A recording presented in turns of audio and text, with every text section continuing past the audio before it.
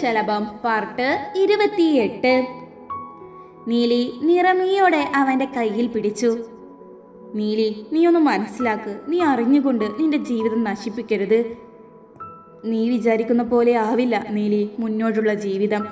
ഇപ്പോൾ നമ്മൾ തമ്മിൽ ഇങ്ങനൊരു അകലം പാലിച്ച നിനക്കത് വലിയ വേദന ഉണ്ടാക്കില്ല. അതല്ല, ഇനിയും തമ്മിലടുത്താൽ എൻ്റെ മരണം നിന്നെ തളർത്തും നീലി. അത് കാണാനുള്ള ശേഷി എനിക്കില്ല. എന്നെ വിട്ടു പോകുന്നതാ നീലി നിനക്ക് നല്ലത്. അവൻ അവൻ്റെ സങ്കടം ഉള്ളിൽ ഒതുക്കിക്കൊണ്ട് പറഞ്ഞു.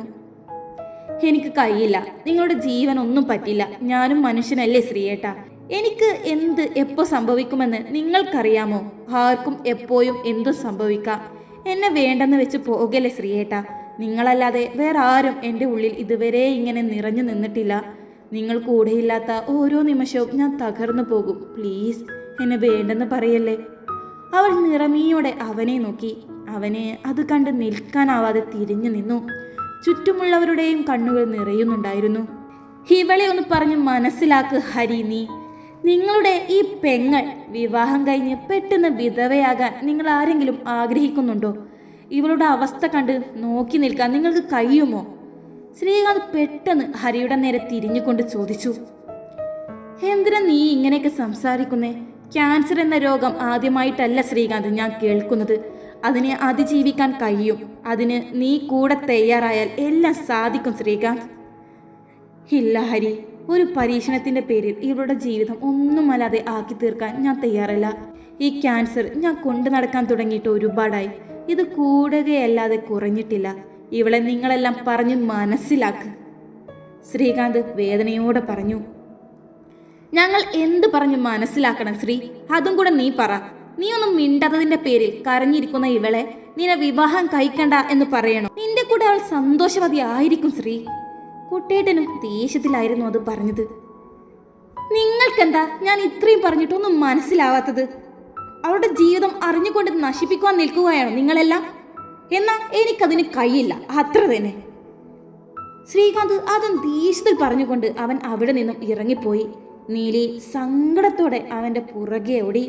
അവൾ അവന്റെ പുറകെ ഓടിയെത്തിയപ്പോഴേക്കും അവൻ വണ്ടിയും എടുത്ത് പോയി കഴിഞ്ഞിരുന്നു. അത് വേദനയോടെ നീലി നോക്കി നിന്നു. ദാ മോനെ നോക്ക്, ഇത് എൻ്റെ നീലിമോളല്ലേ? ഹോസ്പിറ്റലിന്റെ വരാന്തയിൽ നിൽക്കുന്ന നീലിയെ കണ്ട് മരുന്ന് വാങ്ങിക്കൊണ്ട് വരുന്ന ശ്രീകാന്തിനെ വിളിച്ചുകൊണ്ട് അവന്റെ അമ്മ പറഞ്ഞു. വാ, എൻ്റെ മോളോട് ഞാനൊന്ന് സംസാരിക്കട്ടെ. വിവേകിന്റെ അമ്മ ആകാംക്ഷയോടെ പോകുന്നതും ഏയ് വേണ്ട അമ്മേ. അവളെ കണ്ടപ്പോഴേക്ക് അവന്റെ ഉള്ളിലേക്ക് കടന്നു വന്നത് അവളുടെ വിവാഹം എന്ന വാക്കുകളായിരുന്നു. എൻ്റെ മോളെ ഞാൻ ആദ്യമായിട്ടൊന്ന് കാണുകയാണ്. അപ്പോൾ ഒന്ന് സംസാരിക്കട്ടെ. നീ എന്നെ പരിചയപ്പെടുത്തു വിവേക്. അവന്റെ അമ്മ അവനോട് പരാതി പറയുമ്പോഴും അവന്റെ ഉള്ളിൽ ഒരു വിങ്ങലായിരുന്നു. അപ്പോഴാണ് നീലിയുടെ മുമ്പിലേക്ക് ഒരു കാറ് വന്ന് നിൽക്കുന്നത്. ആ കാറിൽ നിന്നും രണ്ടുപേർ പെട്ടെന്ന് ഡോറ് തുറന്ന് അവൾ അതിലേക്ക് വലിച്ചുകൊണ്ട് ഡോറടിച്ച് അവിടെ നിന്നും കടന്നുപോയി. ആ കാഴ്ച കണ്ടുകൊണ്ടാണ് അങ്ങോട്ട് അവളുടെ ഏട്ടന്മാരും സ്നേഹയും ബാമയും വരുന്നത്. വിവേകും ഒരു നിമിഷം ഞെട്ടി നിന്നു. വിവേക് പെട്ടെന്ന് ആ വണ്ടിയുടെ പുറകെ ഓടാൻ ശ്രമിച്ചുവെങ്കിലും അപ്പോഴേക്കും ആ വണ്ടി പോയി കഴിഞ്ഞു. അവൻ അവിടെ അടുത്തുള്ള ഒരു ബൈക്കും എടുത്ത് ആ വണ്ടിയുടെ പുറകെ വിട്ടു.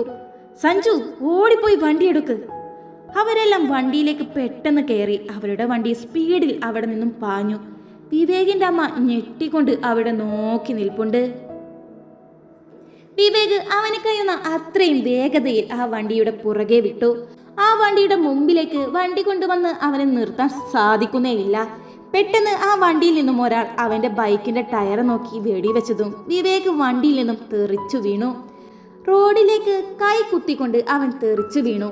നെറ്റിയും പൊട്ടി രക്തം വരാൻ തുടങ്ങിയിരുന്നു. എന്നിട്ടും ആ വേദനയിൽ ഒരു കൈ പൊത്തി പിടിച്ചുകൊണ്ട് അവൻ എണീറ്റ് നടക്കാൻ ശ്രമിച്ചതും അപ്പോഴേക്കും നീലിയെ കൊണ്ടുപോയ ആ വണ്ടി അവിടെ നിന്നും പോയി കഴിഞ്ഞിരുന്നു. അവൻ ദേഷ്യത്തിൽ അവിടെ നിൽക്കുമ്പോഴാണ് അങ്ങോട്ട് നീലിയുടെ ഏട്ടന്മാരുടെ വണ്ടി വന്ന് നിൽക്കുന്നത്. അയ്യോ വിവേക്, എന്താ പറ്റിയേ? നീലിയെ കണ്ടോ?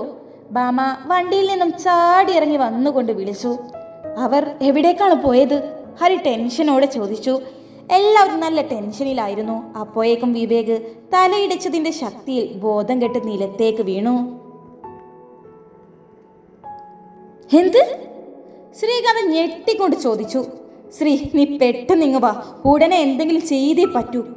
ഹരി ടെൻഷനോടെ പറഞ്ഞു. ഞങ്ങൾക്കാകെ പേടിയാകുന്നുണ്ട് ഏട്ടാ, പെട്ടെന്ന് വാ. ഫോണിലൂടെ കേൾക്കുന്നതൊന്നും വിശ്വസിക്കാനാവാതെ ശ്രീകാന്ത് ഞെട്ടി എണീറ്റു. പെട്ടെന്ന് കാറിന്റെ ചാവിയും എടുത്ത് അവൻ അവിടെ നിന്നും ഇറങ്ങി. മോനെ, എങ്ങോട്ടാ? ധൃതി പിടിച്ചിറങ്ങുന്ന അവനെ കണ്ട് അവന്റെ അമ്മ തടഞ്ഞുകൊണ്ട് ചോദിച്ചു. അവൻ ദേഷ്യത്തിലൊന്ന് നോക്കി, കൈയും തട്ടിമാറ്റി അവിടെ നിന്നും വണ്ടിയെടുത്തിറങ്ങി. വണ്ടിയെടുത്ത് മുന്നോട്ട് പോകുമ്പോൾ അവന്റെ കണ്ണുകളെല്ലാം നിറയുന്നുണ്ടായിരുന്നു. നീലി കരഞ്ഞുകൊണ്ട് അവനെ വേണ്ടെന്ന് വെക്കല്ലേ എന്ന് പറയുന്ന രംഗം അവന്റെ ഉള്ളിൽ വീണ്ടും വീണ്ടും മിന്നിമാഞ്ഞു. പെട്ടെന്നാണ് ഒരു ലോറി അവന്റെ നേരെ വരുന്നത്. അത് കണ്ട് ഞെട്ടിക്കൊണ്ട് അവൻ വണ്ടി തിരിക്കാൻ ശ്രമിക്കുമ്പോഴേക്കും ലോറി അവന്റെ വണ്ടിയെ ഇടിച്ചിരുന്നു. വണ്ടിയൊന്ന് ഉയർന്ന് പറന്നുകൊണ്ട് ശക്തിയിൽ നീലത്തേക്ക് വന്ന് പതിഞ്ഞു. ശ്രീകാന്ത് രക്തം ഛർദ്ദിച്ചുകൊണ്ട് അവിടെ ബോധം കെട്ടു വീണു. ആ ലോറി നിർത്താതെ അവിടെ നിന്നും കടന്നുപോയി. നീലി കണ്ണുകൾ തുറക്കുമ്പോൾ അവളുടെ കണ്ണിലേക്ക് വെളിച്ചം വന്ന് കുത്തുന്ന പോലെ തോന്നി അവൾക്ക്.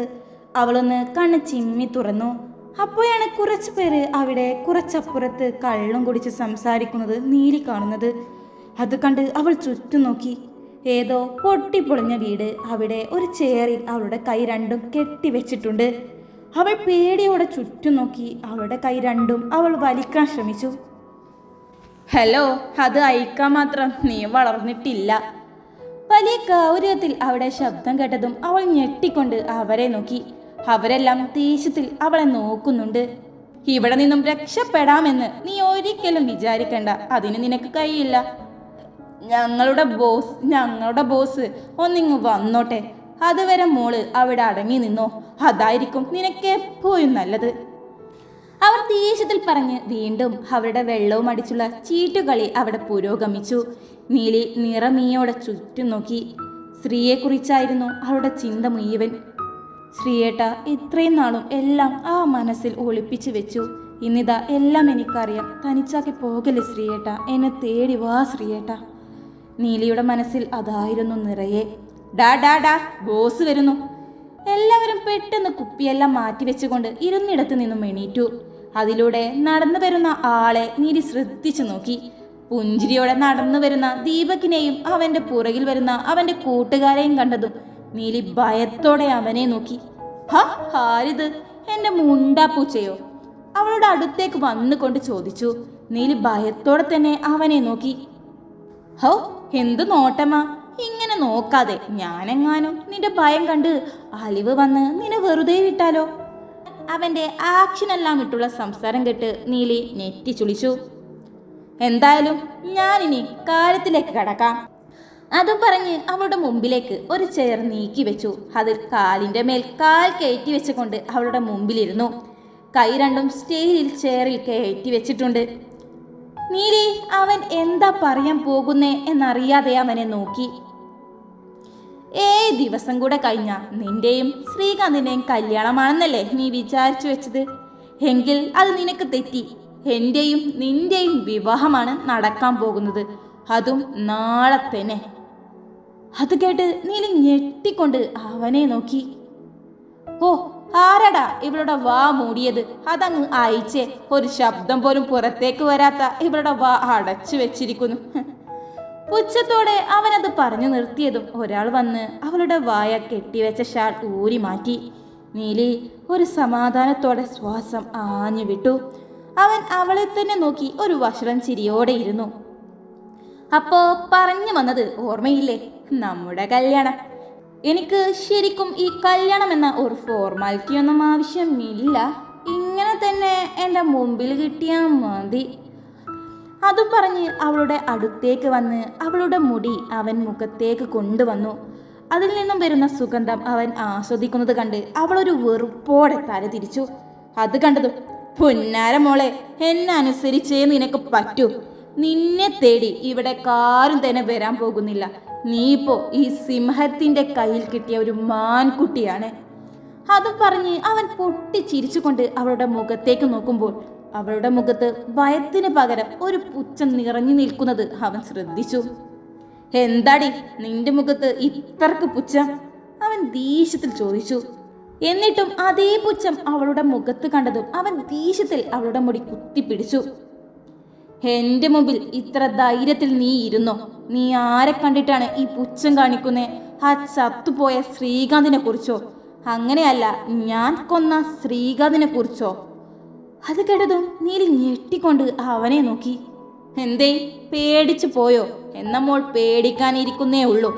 നിനക്ക് ഈ ദീപകിന്റെ കൂടെ ജീവിക്കാമെന്ന ഒറ്റൊരു തീരുമാനം മാത്രമേ ഇവിടെ എടുക്കാൻ കഴിയുകയുള്ളൂ. നീലി സങ്കടത്തോടെ കയ്യൊക്കെ വലിച്ച് കണ്ണുകൊണ്ട് അവനോട് കിഞ്ചി. നിന്റെ മുഖഭാവം കണ്ടാൽ എനിക്കറിയാം നീലി, നീ ഇപ്പോൾ കെഞ്ചുകയാണെന്ന്. ബട്ട് നിനക്ക് എന്ത് ചെയ്യാൻ സാധിക്കും? ഞാൻ പറഞ്ഞത് അനുസരിക്കാനേ നിനക്ക് പറ്റൂ. കാരണം ശ്രീകാന്ത് ഇന്ന് ഈ ലോകത്തില്ല. അതും പറഞ്ഞ് അവൻ പൊട്ടിച്ചിരിച്ചു. നീലി സങ്കടത്തോടെ ആ കസേരയിലിരുന്ന് കരയാൻ തുടങ്ങി. എന്തായാലും നിനക്ക് കുറച്ച് പണി ബാക്കിയുണ്ട്. നാളെ നമ്മുടെ കല്യാണമല്ലേ? ഇവർ തരുന്ന ഭക്ഷണവും കഴിച്ച് അടങ്ങിയിരുന്ന നിനക്ക് എൻ്റെ കൂടെ ജീവനോടെ ജീവിക്കാം. ഇല്ലെങ്കിൽ നീയും പോകും നിന്റെ ശ്രീകാന്തിൻ്റെ അടുത്തേക്ക്. അതും പറഞ്ഞ് അവനും അവൻ്റെ കൂട്ടുകാരും അവിടെ നിന്നും കടന്നുപോയി. എൻ്റെ ശ്രീയേട്ടന് എന്തെങ്കിലും സംഭവിച്ചു കാണുമോ ദേവി? ഒന്നും സംഭവിക്കല്ലേ. ആ മനുഷ്യനില്ലാതെ എനിക്ക് സാധിക്കില്ല. എൻ്റെ ശ്രീയേട്ടനൊന്നും വരുത്തില്ലേ ദേവി? ആ കസേരയിലിരുന്ന് പൊട്ടിക്കരയാനേ നീലിക്കന്ന് കഴിഞ്ഞുള്ളൂ.